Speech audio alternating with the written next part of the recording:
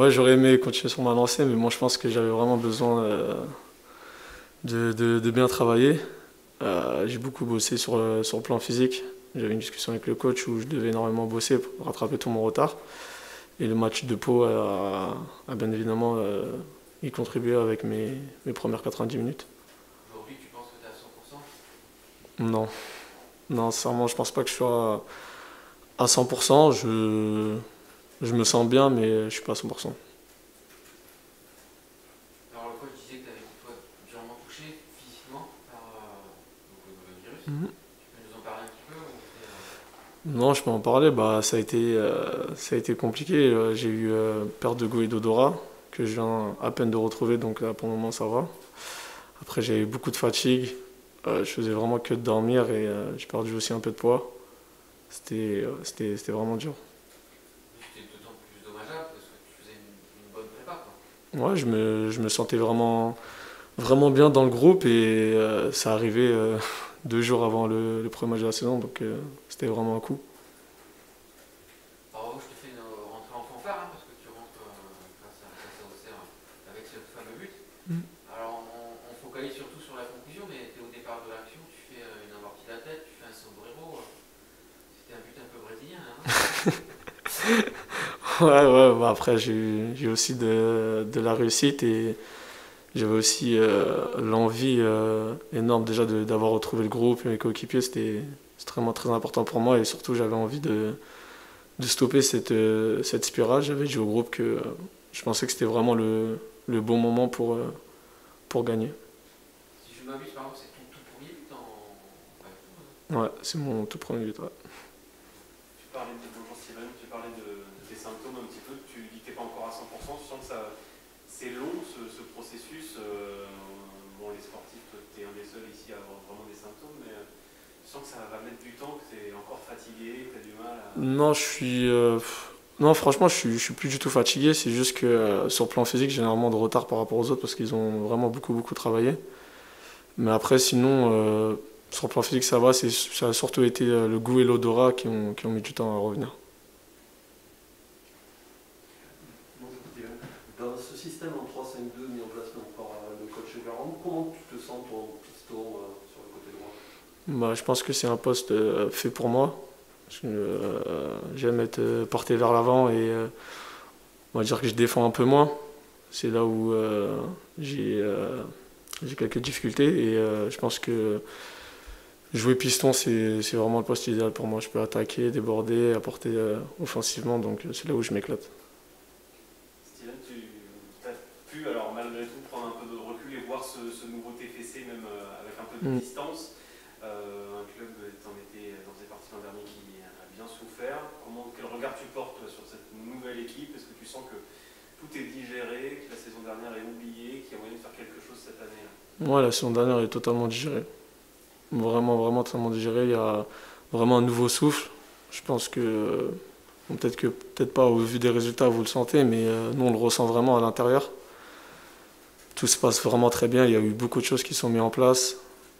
C'est vraiment positif et même au sein du groupe, on sent vraiment qu'il y a une équipe qui est en train de se construire. On sait que ça met du temps, comme on va pas être comme Troyes ou Clermont qui jouent depuis des années ensemble, mais nous, avec le recrue et les jeunes, il y a vraiment une bonne osmose. Qu'est-ce qui a changé justement? Le coach aussi, il y a eu des choses nouvelles, des Ouais, idées. bah, le coach, franchement, nous a bien parlé, droit dans les yeux. Nous ont dit que aussi, ce qui était l'année dernière, si on en est là, c'est aussi en partie notre faute.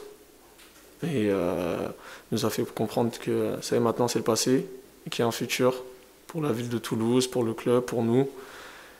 Et vraiment, franchement, le coach et le président vraiment nous ont donné un nouveau souffle. Manu Koné disait que vous aviez besoin d'un déclic psychologique et qu'il était arrivé justement après la victoire face à Auxerre. C'est également ton avis puisque tu dis que Mm. aujourd'hui tout est totalement digéré par rapport à la saison dernière. Ouais, je pense que ça a été un déclic. Je pense que ça a été dur. Tout le monde se fait critiquer, taper dessus.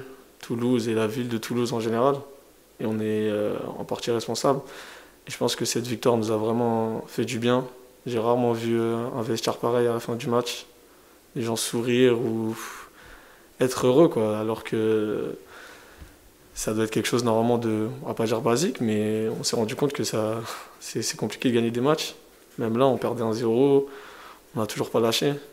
Et on a réussi à revenir et je pense que ça a été vraiment un déclic. Alors vous êtes sur la bonne voie, même si bon, il y a beaucoup de nuls quand même, quoi. Là, il faut enclencher la deuxième victoire. Ouais, c'est sûr, il faudra enclencher la deuxième victoire. Après, je trouve que dans le contenu, il y a vraiment du mieux. On le sent par rapport au début de saison, le temps que les choses se mettent en place, que les recrues aussi prennent forme, s'adaptent aussi à notre style de jeu. Et on met tout en œuvre pour essayer de chercher cette deuxième victoire. Alors cette année dans le groupe, tu nous disais, enfin le aussi, il y a pas mal de jeunes et de recrues. Le coach nous disait que tu as un rôle supplémentaire, un rôle de cadre. Comment tu le prends ce rôle cette année? Je le prends avec plaisir. L'année dernière, pendant une période, on m'a décerné le capitanat, je l'ai pris avec plaisir.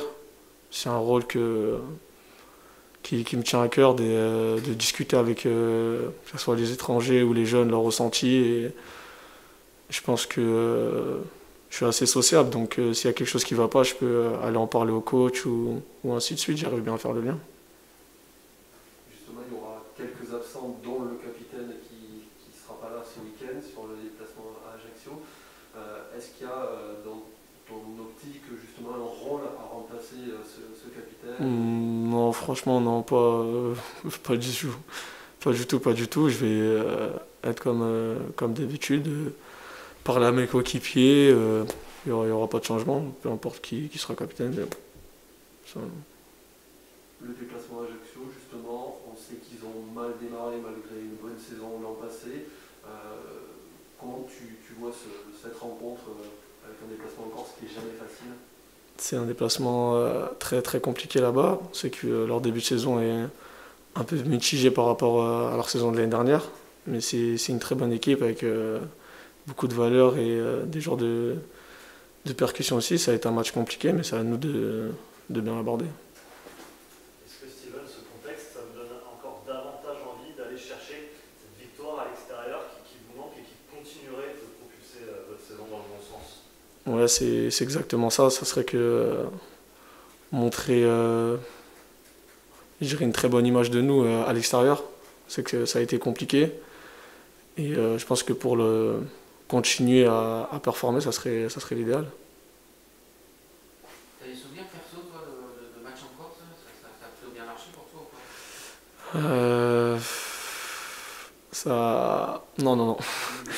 Non, avec Rennes et Lorient, ça n'avait pas trop marché. C'était des matchs rugueux.